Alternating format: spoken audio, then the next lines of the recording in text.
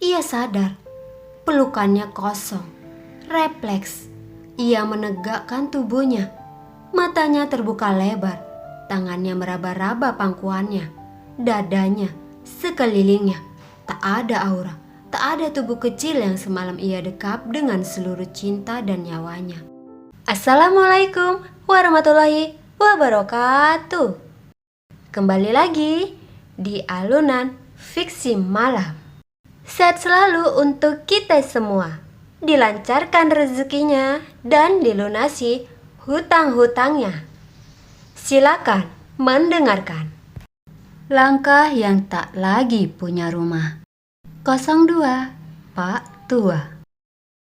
Keesokan paginya, setelah malam yang penuh kenangan pahit dan sisa hujan, matahari muncul dengan sinarnya yang lembut namun tegas. Cahaya keemasan menelusup di antara celah atap toko, menyentuh wajah seorang wanita yang masih tertidur di teras pertokoan. Udara pagi membawa aroma tanah basah. Suara deru kendaraan mulai memenuhi jalan. Beberapa orang membuka pintu toko, menyapu sisa daun dan air hujan di depan tempat mereka berjualan. Kota kembali hidup, seperti tak pernah tahu. Ada dua jiwa yang semalam bertarung melawan dingin dan putus asa di sudut jalannya. Cindy masih di sana, tubuhnya bersandar di dinding, matanya terpejam, napasnya pelan. Baju yang semalam basah kini sudah mengering di tubuhnya. Di pangkuannya, tas besar yang semalam ia gunakan untuk melindungi putrinya telah terlepas, jatuh ke sisi kakinya. Dan ketika cahaya matahari perlahan menyentuh wajahnya, ia sadar pelukannya kosong. Refleks, ia menegakkan tubuhnya. Matanya terbuka lebar, tangannya meraba-raba pangkuannya, dadanya, sekelilingnya. Tak ada aura, tak ada tubuh kecil yang semalam ia dekap dengan seluruh cinta dan nyawanya. Aura, suaranya bergetar, lirih, tapi penuh panik. Aura, sayang, kamu di mana? Ia menoleh ke kanan, ke kiri, mencari sosok kecil itu di antara orang-orang yang lalu lalang. Beberapa pekerja yang lewat hanya menatapnya sekilas. Sebagian bahkan menghindar. Cindy berhenti, langkahnya goyah, wajahnya pucat. Aura. Suaranya lebih keras. Suaranya pecah oleh air mata. Nah, jangan main-main ya. Tolong jawab ibu, nak. Tak ada jawaban. Hanya suara sapu jalan dan tawa samar anak-anak sekolah yang lewat di seberang jalan. Dunia berjalan seperti biasa, tapi waktu bagi Cindy seolah berhenti. Tangannya gemetar ketika ia memungut tas besar itu. Tas yang semalam jadi perisai bagi mereka. Tas itu kini terasa lebih berat, bukan karena isinya, tapi karena kehilangan yang menempel di dalam setiap seratnya. Air matanya jatuh tanpa henti. Kakinya melangkah tanpa arah, menyusuri pinggiran trotoar sambil memanggil nama anaknya berulang-ulang. Aura, nak, kamu di mana? Tolong, nak, jangan tinggalkan ibu. Suaranya melemah seiring langkahnya yang makin limbung. Di tengah hiruk pikuk pagi, seorang ibu menangis. Bukan karena lapar, bukan karena lelah, tapi karena kehilangan separuh jiwanya. Lalu dari seberang jalan, terdengar suara kecil yang familiar. Bu! Cindy berhenti seketika. Ia menoleh cepat, matanya membulat penuh harap. Di seberang sana, seorang pria tua dengan pakaian sederhana berdiri di depan tokonya yang baru dibuka. Di sampingnya berdiri Aura, menggenggam roti hangat di tangannya, menatap ibunya sambil tersenyum samar. Pria tua itu berkata dengan suara lembut, Anak ini tadi saya temukan jalan sendirian, Bu. Dia bilang mau cari sarapan buat ibunya yang masih tidur. Cindy menutup mulutnya, air matanya pecah lagi. Ia berlari menyeberang, tak peduli cipratan air di kakinya, tak peduli tatapan orang. Begitu sampai, ia langsung memeluk Aura erat-erat. Begitu erat, seolah tak ingin dunia merebutnya lagi. Jangan pergi lagi, Nak. Jangan pernah pergi dari ibu, bisiknya dengan suara patah. Aura menatap ibunya, lalu tersenyum kecil. Maaf Bu, Aura cuma mau ambil roti. Aura takut ibu lapar. Cindy memeluk anak itu lebih erat lagi.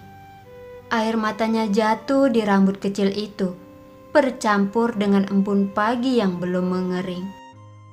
Pria tua itu tersenyum simpul, lalu berkata pelan, Kalian boleh duduk di dalam, Bu. Sarapanlah dulu. Kadang hari baru datang dengan cara yang tidak kita duga.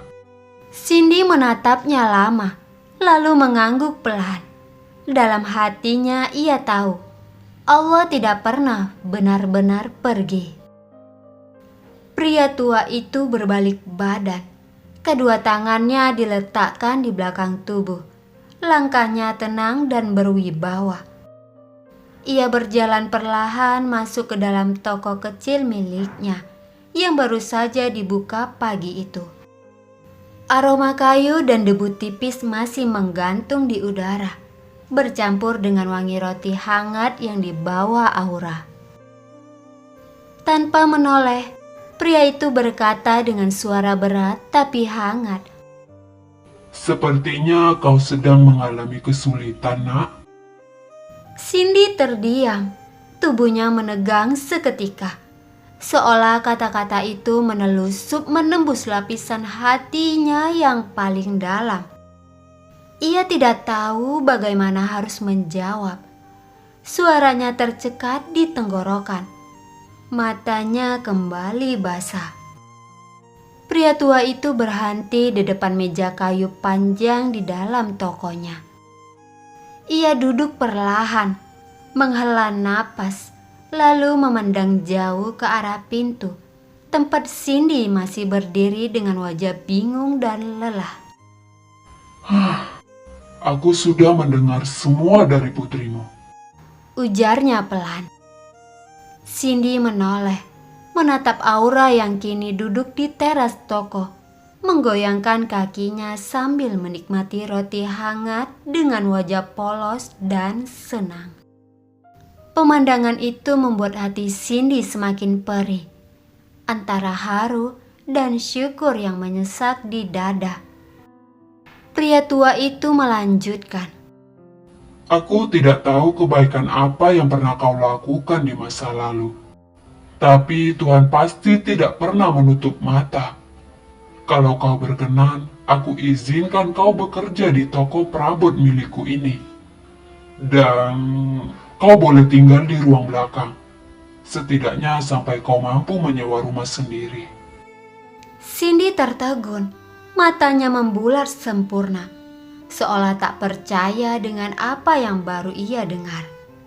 Mulutnya terbuka, tapi tak ada kata yang keluar. Hanya air mata yang mulai turun satu persatu, membasahi pipinya yang pucat. Kedua lututnya melemah. Ia berlutut di depan pintu toko. Kedua tangannya menutup wajahnya yang basah. Suara isaknya tertahan, tak ingin mengganggu suasana pagi yang tenang itu. Dalam hati ia berseru lirih. Alhamdulillah ya Allah, terima kasih. Setelah malam yang gelap, Kau beri aku cahaya sekecil ini pun terasa seperti surga. Ia menunduk lama, lalu berusaha berdiri meski lututnya masih gemetar. Dengan suara parau ia berkata, "Terima kasih Pak, saya tak tahu harus membalas dengan apa. Hanya doa yang bisa saya kirimkan untuk Bapak." Pria tua itu tersenyum kecil. Garis-garis di wajahnya tampak seperti ukiran pengalaman dan kebijaksanaan hidup. Doa dari orang yang tulus itu sudah cukup, Nak. Dunia ini sudah terlalu dingin dan kejam.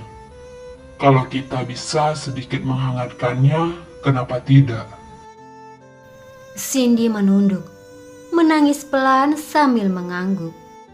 Ia menoleh ke arah Aura yang kini berlari kecil menghampirinya sambil berkata riang, Bu, lihat, roti ini enak banget. Kakek tadi kasih buat kita. Cindy memeluk anaknya. Air matanya kembali jatuh. Kali ini bukan karena kesedihan, tapi karena rasa syukur yang dalam. Rasa yang menenangkan hati yang nyaris hancur semalam. "Iya sayang," bisiknya lembut. "Allah masih baik sama kita." Kini Cindy mengikuti langkah Pak tua itu dengan perasaan tak menentu. Di matanya, tempat itu jauh dari bayangan toko kecil, seperti yang ia lihat dari luar. Langit-langitnya tinggi. Dindingnya dipenuhi rak kayu yang berbaris rapi, menampung berbagai perabot rumah tangga, dari guci antik hingga kursi ukiran. Bau kayu dan dupa bercampur lembut, menenangkan hati yang baru saja diombang-ambing malam panjang. Di salah satu sudut ruangan, Cindy melihat sesuatu yang membuat langkahnya terhenti. Sebuah meja abu kecil, berlapis kain merah dan dihiasi lilin-lilin kecil yang sudah separuh terbakar. Di atasnya ada foto lama seorang wanita Tionghoa berwajah teduh, dan di depannya tersusun buah apel merah serta secawan teh hangat. Pak tua yang menyadari pandangan Cindy menoleh pelan. Itu meja abu untuk mendiang istri saya, Katanya lirih. Suaranya tenang namun mengandung rindu yang menahun. Sudah 10 tahun beliau pergi. Tapi setiap pagi saya tetap menyeduh tehnya. Kebiasaan lama yang sulit hilang.